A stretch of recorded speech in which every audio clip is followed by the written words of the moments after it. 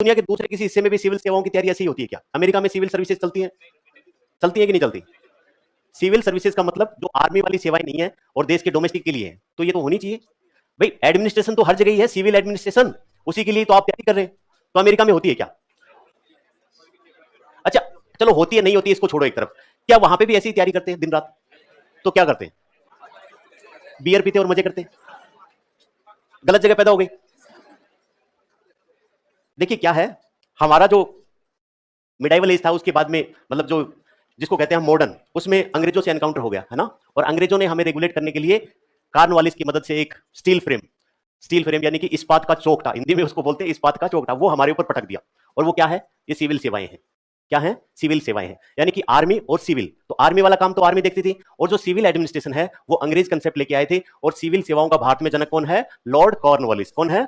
Lord Cornwallis, है ना। उन्होंने ये कंसेप्ट इंडिया में दिया। और आईसीएस है ना, इंडियन सिविल सर्विसेज, पुराने लोग अभी भी आईएएस नहीं बोलते, आईसीएस ही बोलते, तो वो यहां पे आया।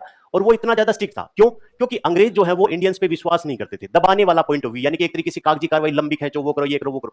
तो यही उसी के कुछ फुटप्रिंट्स हमें आज भी दिखाई देते हैं। हमारी सिविल सेवाओं में क्या है, छोटा सा भी।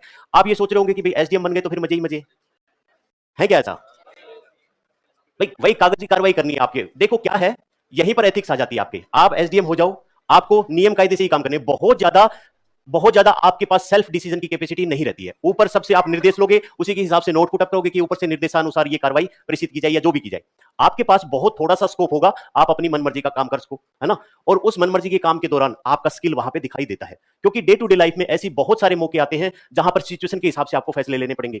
अब वो सिचुएशन फेवरेबल भी हो सकती है और अनफेवरेबल भी हो सकती है, और यहां पर आपका एथिकल बिहेवियर जांचा जाता है। और इसीलिए आपके सब्जेक्ट में एक नया जो है वो आपके सिलेबस में एक और जोड़ दिया गया है, क्या? नीति शास्त्र या एथिक्स वाला पोर्शन। अब एथिकल एडमिनिस्ट्रेटर कौन होता है और अनएथिकल कौन होता है? और एथिकल में भी एक सबसे इंपॉर्टेंट कंसेप्ट आपकी है इमोशनल इंटेलिजेंस। कौन सी? Emotional intelligence. हिंदी में उसको कहेंगे तो आत्म अवगतता, खुद से जो खुद को जानता है। आत्म अवगतता एक एप्रोप्रिएट वर्ड मेरे हिसाब से ये हो सकता है, आपके तो शायद सिलेबस में कुछ और भी दे रखा हो, लेकिन सबसे सही शब्द इमोशनल इंटेलिजेंस का आत्म अवगतता, खुद के बारे में जानकारी। अब ये क्या होता है? तो ये तो आप एथिक्स में ही पढ़ोगे, लेकिन थोड़ा सा इंटरेस्टिंग है इसलिए मैं आपको बताता हूं। आत्म अवगतता में क्या है कि आदमी मेरे अंदर क्या चल रहा है, खुद के अंदर क्या चल रहा है, उसको वो जाने। और कमाल की बात यह है कि हम में से 99% ये जानते ही नहीं कि मैं चाहता क्या हूं, भाई मैं क्या चाहता हूं, मतलब ये सब सारे ऑपरेशंस में कर क्यों रहा हूं। क्या क्लियर कट आइडिया हमें है? हमारा जो बिहेवियर है वो हमारे माइंड से ही तो चलता है। हमारे माइंड के अंदर क्या रहते हैं? इमोशंस। और वो मजे की बात यह है कि वो इमोशंस आपस में दो इमोशन जुड़ के एक तीसरा नया इमोशन भी पैदा कर दे रहे हैं। क्या करूं, कहां जाऊं, क्या खाऊं, क्या नहीं खाऊं, क्या पीऊं, सारी चीजें, है ना, कंफ्यूजन की स्थिति। तो इमोशंस का जोड़ तोड़ दिमाग में चलता रहता है, उसके बारे में क्लियर कट समझ हमारे अंदर है, तो हम है सेल्फ अवेयर, आत्म रूप से अवगत। प्लस दूसरा, आपके सामने कौन है, आपके सामने जिससे आपका इंटरेक्शन हो रहा है, उसके दिमाग में क्या चल रहा है, उसका बिहेवियर कैसा है, वो आपसे क्या चाहता है, उसकी समझ भी होनी चाहिए। भाई आपको खुद की समझ होनी चाहिए, जो आपके सामने है उसके दिमाग में क्या चल रहा है, उसका व्यवहार ऐसा क्यों है, उसकी समझ होनी चाहिए। और इन दोनों में कोऑर्डिनेशन या सामंजस्य बिठाना आपको आना चाहिए। और ये तीनों चीजें जिस भी आदमी में होती है, वो आदमी होता है इमोशनल इंटेलिजेंट। क्या होता है? Emotional intelligent. और एक एडमिनिस्ट्रेटर को इमोशनली इंटेलिजेंट होना ही चाहिए, सीधी सी बात है। अब इसमें आप सेलेक्ट होके ये ना नौकर, पहला तो समस्या सिलेक्शन, उसके बाद रूरल एरिया में पोस्टिंग नहीं लूंगा मैं, तो मेरे को तो यहीं पे ही चाहिए, है ना, शहर में। या फिर मैं तो उधर बाड़मेर जैसलमेर नहीं जाऊंगा, कोई कहेगा मैं धौलपुर नहीं जाऊंगा, कोई कहेगा अरे भाई क्यों नहीं जाओगे? अच्छा आप जाना चाहते हो कि सिलेक्शन तो गाओ, हम कहीं पे भी चले जाएंगे। ये है आज का वर्जन, ये है आपका आज का वर्जन। जब आप सेलेक्ट हो जाओगे तब वो वाला वर्जन जो मैं कह रहा हूं वो सामने आता है। तो कुल मिला के इमोशनल इंटेलिजेंस एक इंपॉर्टेंट कंसेप्ट था, इसके बारे में आपको लगातार सोचना चाहिए, है ना।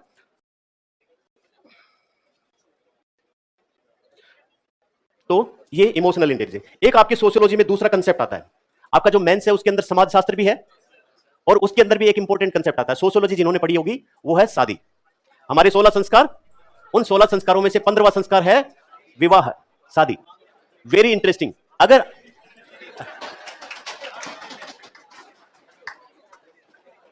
अरे भाई शांत हो जाओ, सारे कंसेप्ट अभी खुल जाएंगे। अरे सुनो तो जरा, रुको रुको। क्या है कि हमारे इंडिया के अंदर किसी भी, मतलब खास करके जो हिंदू धर्म है उसमें 16 संस्कार माने गए हैं व्यक्ति के जीवन के। उन संस्कारों में 15वां संस्कार है शादी और 16वां है मृत्यु, है ना, निपट गया काम। तो जस्ट पहले वाला, उसमें क्या है? शादी। शादी एक इंपॉर्टेंट कंसेप्ट है। अगर आप इंडियन सोसाइटी को समझना चाहते हो तो आपको शादी को समझना होगा। अब शादी कहोगे कि आज तक कोई समझ ही नहीं पाया, वो वाली बात नहीं, शादी को समझना होगा या विवाह को समझना होगा।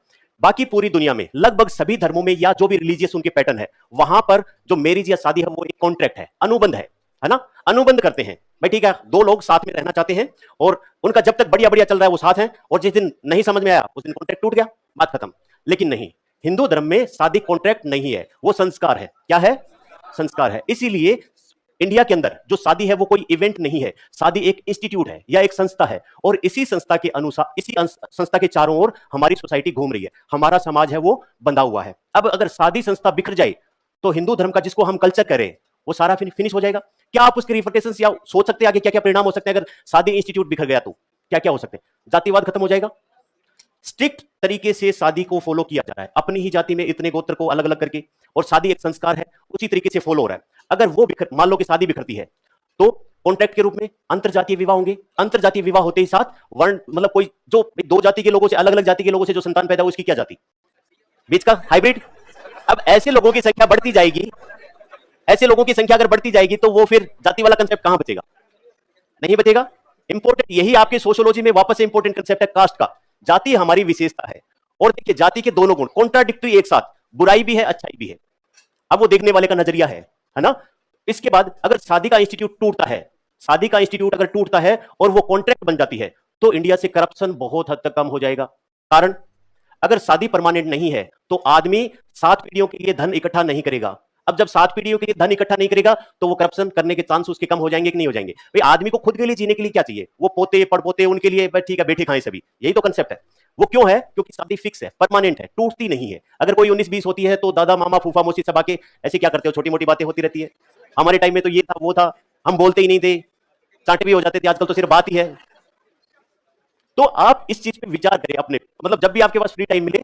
तो मैरिज इंस्टीट्यूट बड़ा स्ट्रॉन्ग है इंडिया में, और इंडिया का जो कल्चर है या सोसाइटी है उसको बांधे रखने में, या हम ऐसे क्यों हैं, जो एथिक्स वाली इमोशनल इंटेलिजेंस से जुड़ता है, क्योंकि हमारी परंपराएं ऐसी है, हम सोचते ऐसा है, पूरी दुनिया से अलग, बहुत ही अलग डाइवर्सिफाइड कंट्री है हम। पूरी दुनिया के लोग अगर हमें समझने की कोशिश करेंगे तो माथा पीट के चले जाएंगे कि इनका कुछ नहीं हो सकता।